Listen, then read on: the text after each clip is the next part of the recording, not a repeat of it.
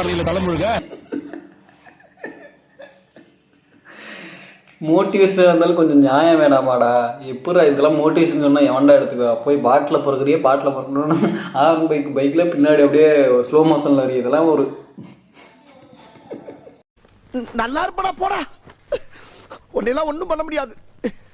டீயில் சர்க்கரையை போட்டாலும் சர்க்கரையில் டீயை ஊற்றுனாலும் கரை போகிறது என்னமோ சர்க்கரை தான். வாழ்க்கையை நினச்சி வருத்தப்பட்டாலும் வருத்தப்பட்டுக்கிட்டே வாழ்ந்தாலும் வீணாக போகிறது என்னமோ நம்ம வாழ்க்கை தான்.